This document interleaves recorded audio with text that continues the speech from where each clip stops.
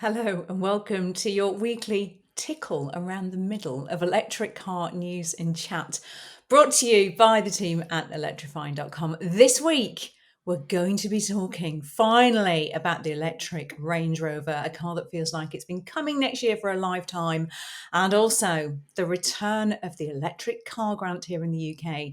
Plus, we'll be answering all your car buying questions, dipping into the post bag to find out what you've had to say over the past week. Welcome to the Kilowatt Half Hour. I'm Ginny. And I'm Tom. Oh, Tom, what a week it has been. It has been.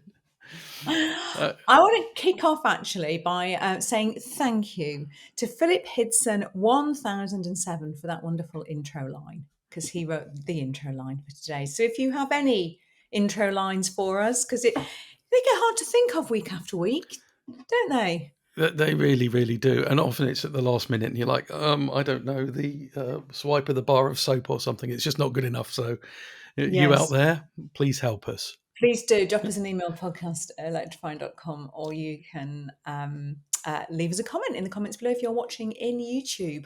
I'm going to also start by apologising if my sound is a little squiffy today. My connector's broken on my mic, and the new mic that I ordered hasn't turned up. So, yeah, apologies for that. It'll probably turn up in the middle of the podcast. Probably. Like deliveries normally do. That's what will happen. And then the dog will bark and it will go horribly wrong. Let's kick off, I reckon, Tom, though, with the big news this week. The return of electric car grants here in the UK, which was suddenly dropped on us at the start of the week. And I think it's fair to say it's not quite as it seems. So Tom, why don't you just take us through the facts that the government announced that on Monday was getting us quite excited. And Yeah. then perhaps I'll fill us in on a little bit of the reality behind those facts. Yeah. So the government said that the electric car grants would be back and you'd be able to get up to £3,750 off. An electric car, a new electric car, if you're a company car or if you're a private buyer. Mm-hmm. And then you started to drill down a bit more, and it was the car had to be below £37,000. Mm-hmm. Very good, Which is because fair that's enough. lots of affordable family runarounds, smaller cars. We thought that was quite good, and we worked out there were 58 potentially eligible models in the UK. Yeah. And then you looked a bit closer at some of the small print, and it said that there'd be two tiers based on environmental criteria. So the maximum was 3,750, but there was another tier which was £1,500. So you think, well, okay, that's still fair enough. But there was no other detail. And Yes, we've been doing lots of ringing around, haven't we, trying to find out. And we have. the picture is becoming slightly clearer, but I personally don't understand why they didn't just come out with all the detail all at once. Why did they go for an announcement then and there? It's I very suppose they odd. thought they'd get all the nice headlines on this very generous grant, which they undoubtedly got. I mean, I sent some really positive, supportive quotes out into the media and was quoted in various newspapers and did interviews, and you were talking about it on the radio, and we were all very excited. And then, as they say in life, the devil is in the detail. And I've been trying to find out a bit more of the detail. And it's not often that we say this at Electrifying, but I feel really sorry for car makers this week, because I think they've had an absolute bomb dropped on them. So they've got consumers going into dealerships because the government said that from yesterday, Wednesday, the 16th, that the grants would be back and people could, go and get cars at discounts. And that's just not the case at all. So if your local dealership doesn't have a big price slash sticker on the front of their more affordable electric cars, it's actually not their fault. So what's going to happen is that the levels of the grant that you've just outlined are going to be decided on something called science-based targets, otherwise known as SBTs, which sound a bit ominous, don't they? Let's be fair. And that's because they are. So basically, there is a criteria that's been set that the car makers are not too sure of. And in fact, I'm not even sure the government is entirely sure of. But actually, it's going to be set around the emissions of the overall vehicle production. So that's going to be weighted to 70% towards the country that the battery is produced in and 30% towards the country the car is produced in. So if you're building your car in certain countries and they have a very high sustainability index, so their grid is green, for example, and their factories are not pumping out lots of dirty coal power, then you'd be okay. And then if your battery is also produced in one of those countries, so i.e. not in China and probably not in places like Poland, then also you will be okay and you'll be eligible for the top level of the grant. However, this is where it gets really interesting. The way the modern car industry is, nothing is really built in its country of origin, is it? Very few car makers build their cars around the corner in, Paris or, Berlin or Sunderland or wherever, and then they build their batteries there as well. Everything is sourced in. So the whole thing is like this terrible, terrible knot that you get in your necklace. You probably don't realize this, but when you put your necklaces and you don't put them away properly, they all get knotted together. And that's what this is like. So the car makers are currently trying to unpick all of that. So it's a nightmare. So, for example, we're getting questions: which cars will be eligible for the grant? We can't tell you because nobody really knows at the moment. But we think that some Renault potentially might be okay because cars like the Renault 4 and the Renault 5, they're built in France and the batteries for those cars are built in France. Mini may not be okay because Mini's batteries are built in China and Minis at the moment are built in China. And it gets very confusing, doesn't it, Tom? Yeah, I mean, my next door neighbour has a Renault 5 in order. It's due in August. She says, Yeah. "Do I get the grant? Because I've ordered it. I've put down a deposit. I haven't paid the." I don't know. Sorry, no idea. Um, and then there's the effect on the used car market. So if you're just about to buy a nearly new electric car, has that value now gone down by £3,750 because you're expecting that grant? It's all a bit of a Yeah. mess. I think the kind of the thing where this potentially gets a little bit tricky is so if you will have brands that will not be eligible for any grant at all. I mean, we don't know about Mini, but I suspect we look, say, at Volvo EX30. That car is Mm, built in China. The battery is manufactured in China. Chinese car makers, of course, build and manufacture their cars in China. That includes brands like MG, mm, BYD, popular mm, brands with affordable models. At the moment, the government has come out and said that it doesn't believe that any electric cars manufactured in China will be eligible for the grant. And then, of course, there are all kinds of issues with that as well. So I think there's going to be a really interesting story. I don't think we can give anyone any clarity today about what models are available and how much cars are going to cost.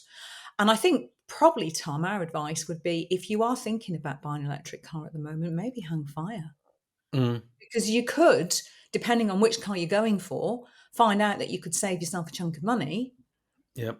But equally, if if you really need it, it's a really tricky situation. I mean, they've basically caused more issues than were there initially in the first place. Yeah, and there's obviously going to be a big stalling of demand, which will make it look a bit worse. But presumably it'll come back when there is some clarity. But the Chinese government's very upset about it because it says it's a tariff and all, but name. But you can see how I think the government is getting around that by saying it's an environmental concern, and will hopefully mean that people clean up their production act, which is a good thing. I mean, we've done Yeah.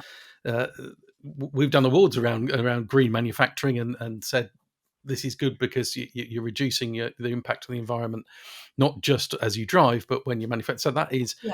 an absolutely positive thing. But it would have been so much better if there'd been clarity from the very beginning, so that Yeah. manufacturers knew what they're doing, buyers knew what they were doing.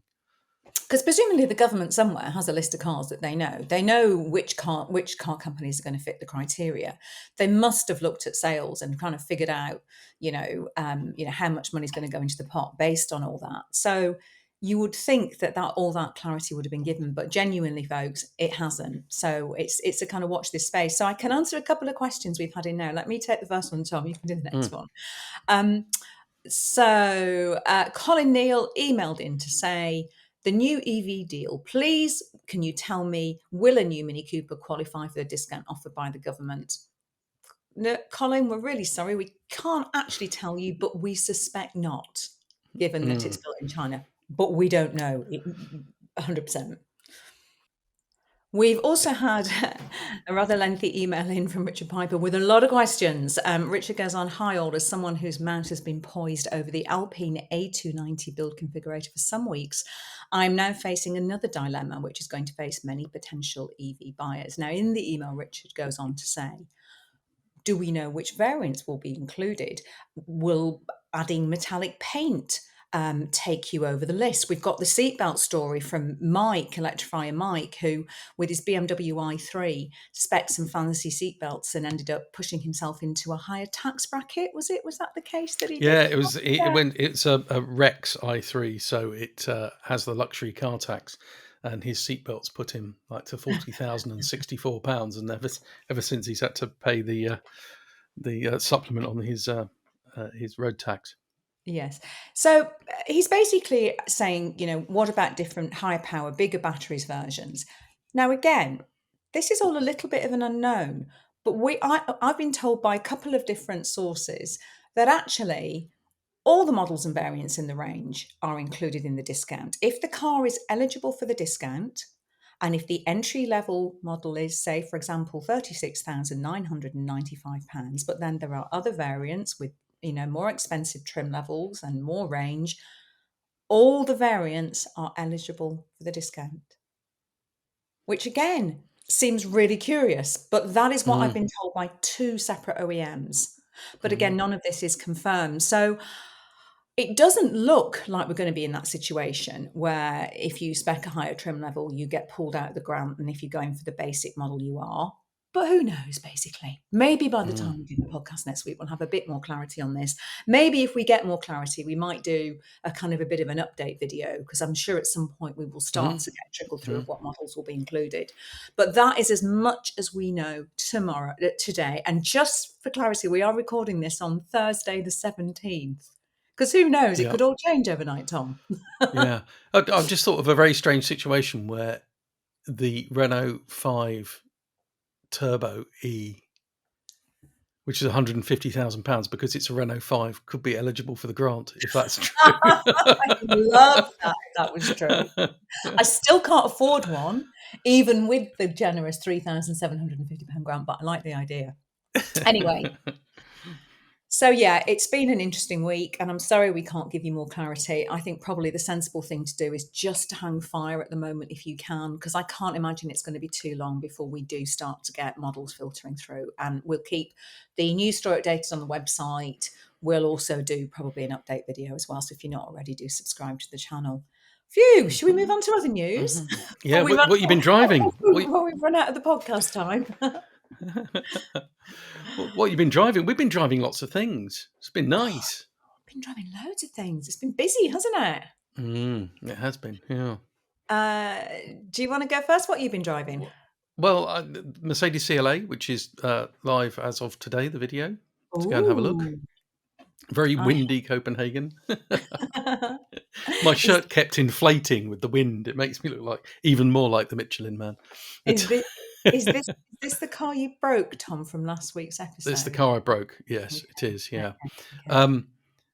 And it's a car which, I was very excited about it. And it has some very exciting things because it's got a 484-mile range, and it's the efficiency is genuinely above 5 miles per kilowatt hour. I was getting 5.1, I think, on my test.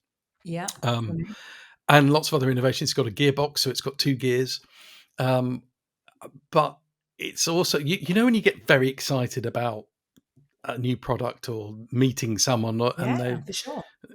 And they're slightly disappointing in a couple of places, and it was a bit like that. So you just think, why have they done this type of thing? Some of that they've got, the switches, the electric window switches. On Volkswagens, you have 2 switches, and then you have to press a button to get the rear. Oh no, please! And you've got those haptics. I mean, can you imagine the engineers at Mercedes saying, yes, I see Volkswagen, they're getting all this criticism. Let's do that too. Oh no. Was it a bit like when you go on a Tinder date and you turn up and you realise that the person doesn't quite look like their pictures? Was it that I've never kind of been on a feeling? Tinder date. I'm afraid. It's Okay. uh, Oh, but well, I let's can imagine it probably should we is. should we move on then? I think it might be I think those are the feelings you might have been experiencing. But I mean, it was great. It's just that, perhaps I was overly down on it, but I just expected it to be brilliant, and it was great. But there were some niggles, and they annoyed me, and I think they'd annoy me if I owned one. Okay, well, I'm looking forward to driving it. I have been driving something that I was very excited to drive as well this week. So you imagine you get invited to go to Goodwood Circuit during the heart of the Goodwood Festival of Speed, It's the and wrong place. well, no, the circuit's a good place because the circuit's where all Well, the it fast is, stuff yeah. happens, the hill climb, Mm, So it's the circuit, and they've got Range Rover Electric there. And obviously, if we know one mm. thing about electric power, it's that it can be pretty nifty. So I was thinking, oh my God, I'm going to get to finally see this car, finally drive it, hot laps on the Goodwood circuit, yes. But no, they'd built a little obstacle course instead. So I got to drive it over an obstacle course. So that was my first drive of the Range Rover Electric, which Mm. I've got to say is blooming impressive. So we've already had one of our colleagues has driven it out in some winter testing. I think it was in Sweden. So we knew that it was stacking up to be a good thing. And I think this, what they wanted to show is that yes, it's a Range Rover Electric, but actually it's just a Range Rover and it can do everything off-road that any Range Rover can do, that any Land Rover product can do, as well as, if not better, because that of course, that electric power and the control that you get with it is so suited to off-road. And it's an incredibly, impressive piece of kit. I think the thing that I found weirdest though is you're going over, the elephant's feet where the axles are all twisting and you're, gently easing over it.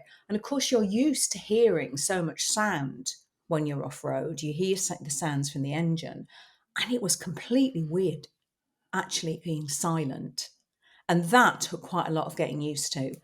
But for me, the moment it hit home was when we went up to the brow of this big, massive ramp that had been sprayed down with water, and we got to the top of the brow of the ramp and went over. And just the precision, what they've used they've used the regenerative braking, absolutely brilliant.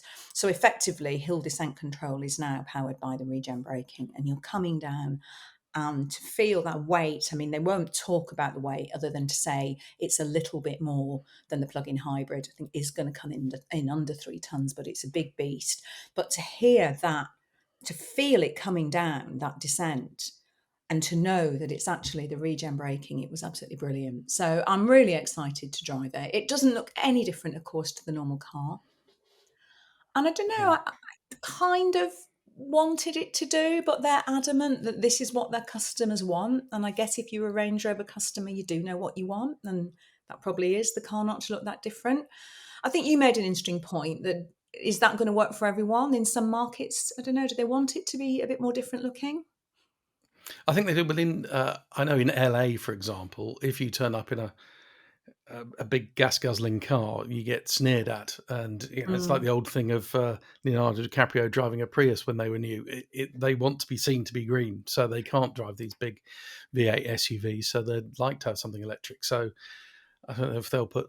Well, we've got the green number plates, haven't we? They need something like that in some places, I suppose, just so you can see that it's electric. Yeah, I mean, it will have a slightly different. It will have a different grille. There'll be different wheels that will set it apart. There'll be obviously something more aerodynamic. One of the cool things is it's got the dual charging ports on either side of the vehicle. 22 kilowatt as standard on both ports, Mm, which I think is fantastic. And they've thought about that because they know that where do Range Rover spend a lot of time in the city? So all those mm. lamppost chargers that are popping up and all the chargers in cities, you can charge on either side at 22, which I thought was a really good thing. And it's been planned right from the beginning of this model year as well. So the two have been planned as they go along. Again, a lot of stuff being built in house. I think they said there's something like 900 patents on this car. They've built their own motors. They're buying the battery cells in at the moment, but once that gigafactory is up and running in Somerset, then all the cells will be, produced there. Batteries being assembled in the Midlands at the moment. And yeah, it was brilliant to see. But I think they're not even going to have an EV badge on the back of the vehicle. So yeah, it's very subtle, but I can't wait to drive it. And I was chatting to some of the engineering and the development team, and you can tell they're really excited by how it drives on road. They had very happy smiles on their faces when they were talking to me. So I wouldn't be surprised if we end up thinking that this is the best driving Range Rover they've ever built. Well, what I've arranged, because I do know a few people who work at Land Rover, is for them to have the press launch when you're on holiday. So I've sent them your holiday sheet, and unfortunately, you're going to be away. Who else could go? I don't know who's the biggest fan of that brand on the team.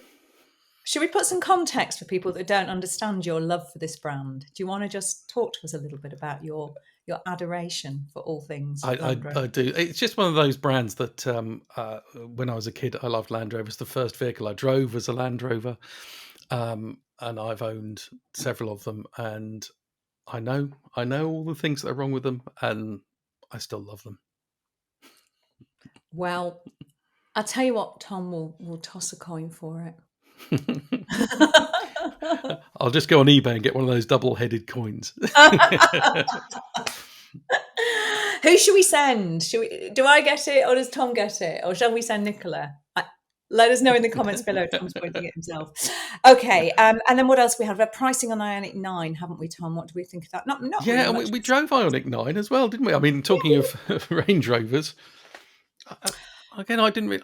I think it's a slightly odd-looking thing. It's got some nice angles, and it looks like something. So from the back, it looks like a kind of an old Volvo V70, which is no bad thing. But I don't know. The side of it looks a bit weird to me. Does it? I really like the way it looks. I think it's quite refreshing. It looks a bit minivanish. You can see it's made for America. Yeah, it's got those kind of bits above the wheel arch though that I don't understand. Do you know what I mean? It's got these like almost spats above the wheel arch, which are a bit weird. I don't know. I think I'd just prefer an EV9 because it's a bit bolder. Yeah, it is. Well, let us know what you think of it. We have a video review on the channel. So we've had a first drive of a UK right-hand drive version. I think it's a nice package. Pricing for that starts at 64,995. So it's very much in line really with, as you would expect, the EV9. Okie doke. Tom, have you got bargains? A Barnard's bargain for us? Oh, and I honestly, bearing in mind how difficult that must have been to work out pricing on anything this week. Well, yeah. Well, I mean, the leasing companies must also be thinking, well, we don't know. We don't know if we're going to get 3,750 quid off. So there are a couple of lower priced ones, which I think one might be affected by the grant. Other one I don't think will be. So Dacia Spring doesn't get any cheaper, obviously, to buy a new electric car. But on a lease, it's the Expression 45 version on a 4-year deal, 8,000 miles a year with 1,200 quid down. £142 a month. Now, if you spend 100 quid a month on fuel, that's going to look pretty tempting, isn't it? Wow, that's a very. If you're looking for a really, affordable way into electric, that's a pretty decent car, isn't it? As well. Yeah, the 45. The 45 isn't one, but if you have a second car that you use for, you drive to the station every day. Or you just have a car that you use occasionally for going to the shops or something. I wouldn't want to do a long distance in it, but for a second car as a station car, that's pretty good, isn't it? Yeah, it is. It is. Or how about if you want something a little larger, Renault 4, a car I also had a look at this week, which I liked very much. Another 4-year deal, 8,000 miles a year, 296 quid a month. I think that's not bad. I mean, it pales next to the Dacia, but still pretty good. It feels like a special car, that. So we've got an interesting group test coming actually with the Renault 4. We put up against a couple of other a couple of other cars, all very similar sort of list price. And once you start to drill down into the finance at the moment, some of the deals are really interesting, and they will only continue to get a lot more interesting over the weeks ahead.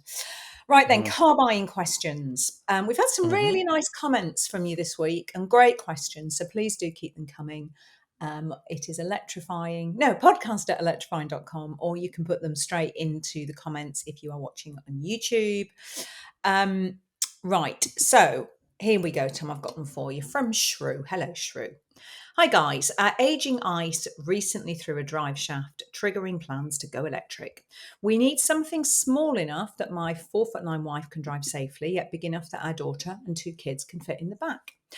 A Renault 5 would be in the Goldilocks zone, but it is a fashion statement, has too many stalks, and the rear seats are just not magic. Oh.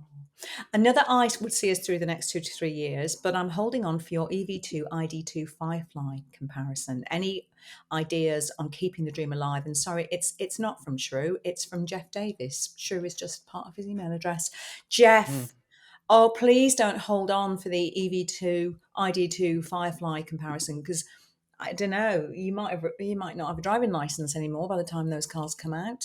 I feel like the EV2's been coming for as long as the Range Rover electric has. Mm. Mm. Um, I mean, I would refer Jeff back to your Barnard's bargain, the Renault 4. Yeah. Or is that too much of a fashion statement?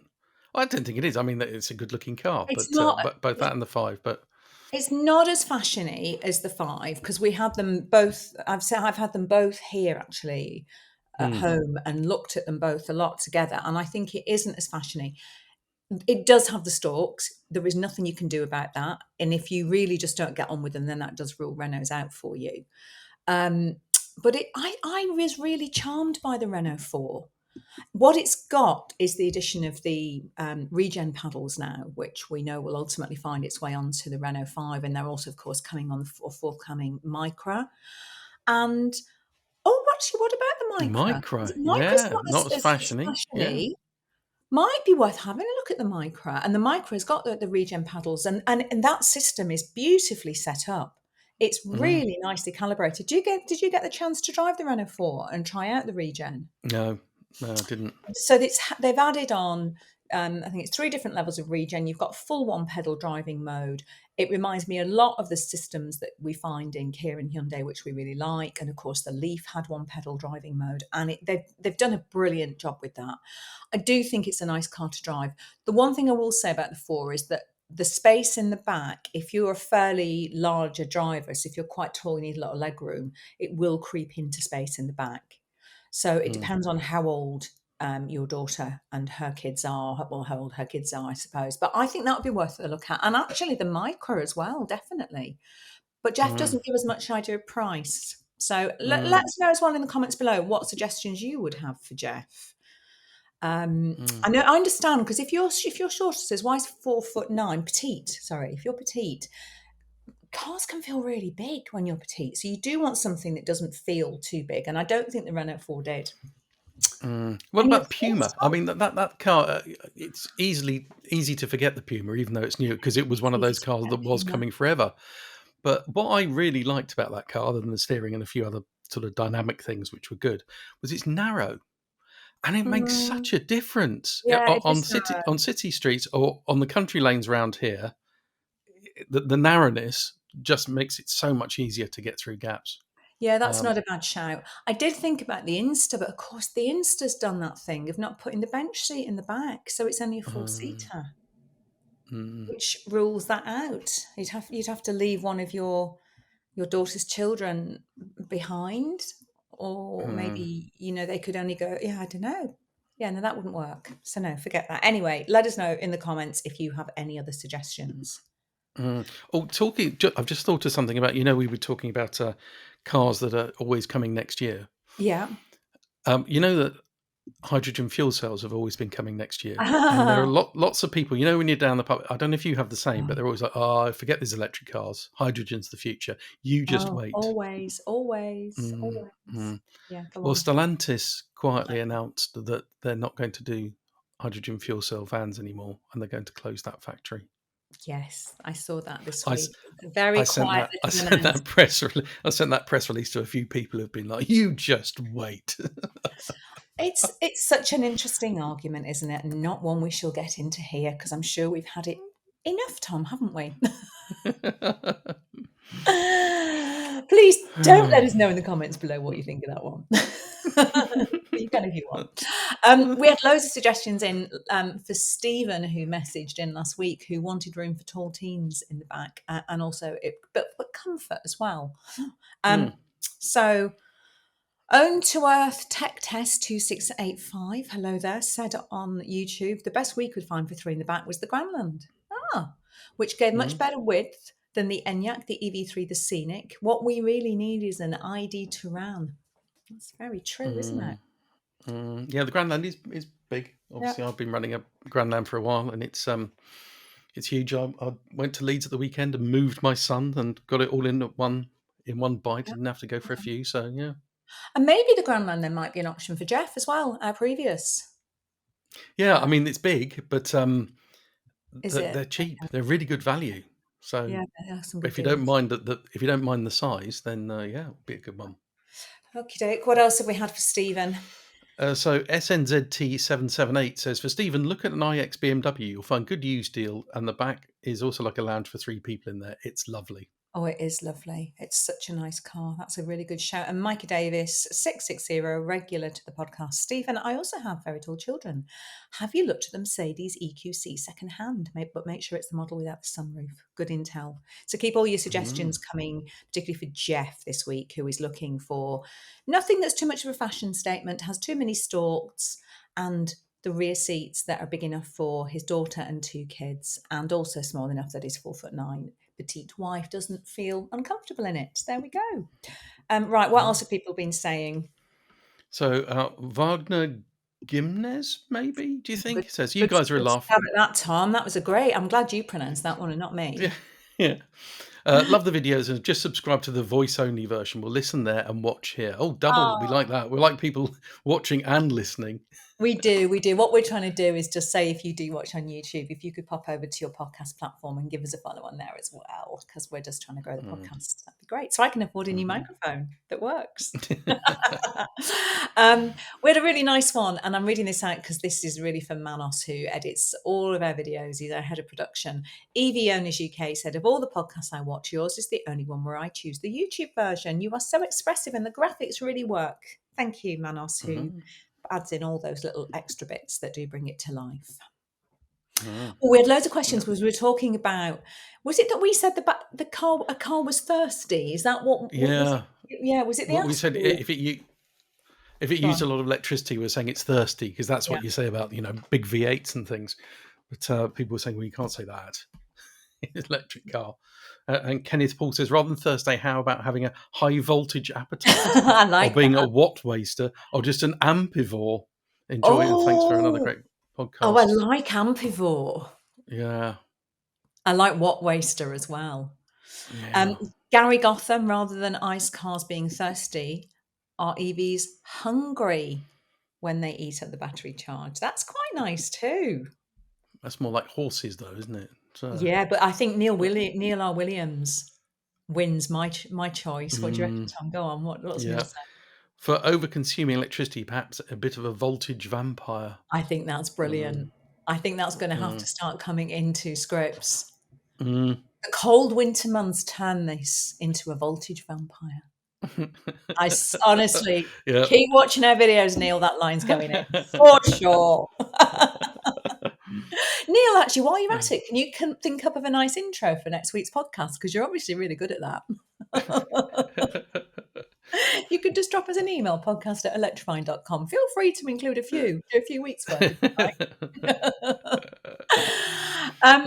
We had so many comments about that utterly brilliant walk around video Nicola did of the Ioniq 5N, and we were talking about that last week, and you could see how excited she is. And it is. I saw that then down at Goodwood, and it is one of those cars that when you see it, you're like, oh yeah, I really do want to go in that. But we had some good comments. Oh, 6N. Sorry, it was the 6N, not the 5N. Sorry, getting very confused. 6N. I'd take either. Doesn't matter. Yeah, true. Tony So Bart. Tony Barton. Oh, go on, you do, Tony. So Tony Barton says, I'm 73 and I've got drift modes on my legs for free. I get out of bed and my legs get out of bed 10 minutes later. Yeah, I'm going that way too. Yeah. And Urban Strachan, another regular to the podcast. Let's just get it done. The car of the year is simply awesome Hyundai Ioniq 6N. Hyundai in their N division simply nailed it. I would love to see the day when you're deciding who goes on the first drive. And what a great job by Mazda design team. The 6E looks gorgeous on the outside and the inside. Maybe they should just do some more work on the EV platform.